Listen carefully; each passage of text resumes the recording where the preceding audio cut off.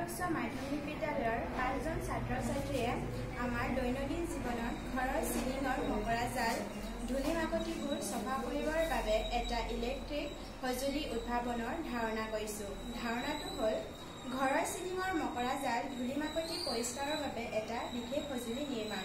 এই নিৰ্মাণৰ বাবে প্ৰয়োজনীয় সামগ্ৰী হ'ল চিলিঙৰ মকৰা জাল গুচোৱা এটা ঝাৰু, ধূলি মাকতি সংগ্ৰহৰ বাবে ছাতিৰ দৰে এটা পাত্ৰ ষ্টিকডালত জাপ খাই থাকিব।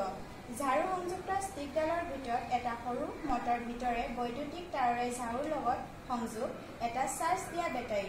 ছাতিটো ষ্টিকডালত ছুইচৰ জৰিয়তে খুলিব পৰা হ'ব। প্ৰথমটো ছুইচ দিয়াৰ লগে লগে ছাতিটো খোল খাব। দ্বিতীয় ছুইচটো অন কৰাৰ লগে লগে মটৰৰ জৰিয়তে ঝাৰুডাল ঘূৰিবলৈ আৰম্ভ কৰিব। ঘূৰি থকা ঝাৰুটোৰ জৰিয়তে মকৰা জাল চফা হ'ব। অন্যান্য ধূলি মাকতি আদি ছাতিৰ দৰে পাত্ৰটোত জমা হ'ব। ধন্যবাদ।